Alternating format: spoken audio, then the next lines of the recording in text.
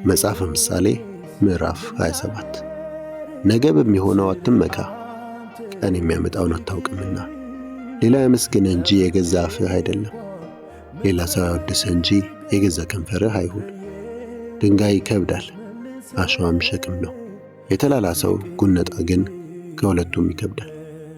ንዴት ጨካኝ፣ ቁጣም ጎርፍ ነው፣ በቅናት ፊት ግን ማን መቆም ይችላል? የተገለጠ ዘለፋ ከተደበቀ ፍቅር ይሻላል። ከጠላት ደጋግሞ መሳም ይልቅ የወዳጅ ማቁሰል ይታመናል።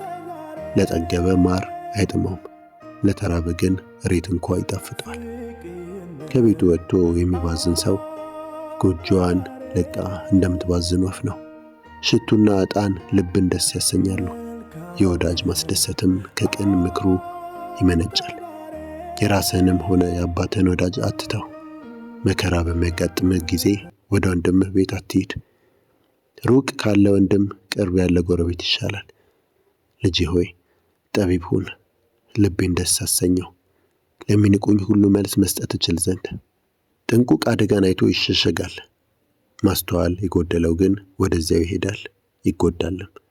ለማይታወቅ ሰው የተዋሰን ልብሱን ግፈፈው፣ ለዘልዛላ ሴት ከተዋሰማ አግተው። ሰው ድምፁን ከፍ አድርጎ ባልንጀራውን በማለዳ ቢመርቅ እንደ እርግማን ይቆጠራል። ጨቅጫቃ ሚስት በዝናብ ቀን እንደሚወርድ የማያቋርጥ ጠፈጠፍ ናት። እርሷን ለመግታት መሞከር ነፋስን እንደመግታት ወይም ዘይትን በእጅ እንደመጨበጥ ነው። ብረት ብረትን እንደሚስል ሰውም ሌላውን ሰው እንደዚሁ ይስለዋል። በለስን የሚንከባከብ ፍሬዋን ይበላል፣ ጌታውን የሚያገለግልም ክብርን ይጎናጸፋል።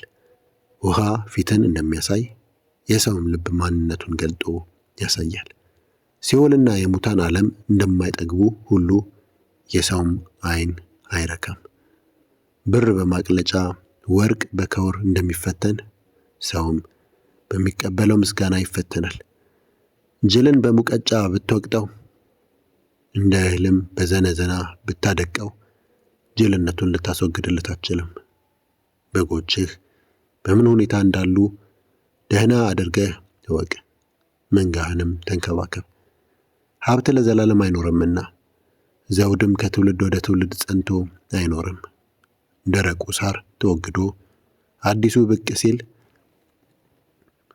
በየኮረብታው ላይ ያለው ሳር ተሰብስቦ ሲገባ ከበግ ጠቦቶች ልብስ ታገኛለህ፣ ፍየሎችም የእርሻ መሬት መግዣ ይሆኑሃል።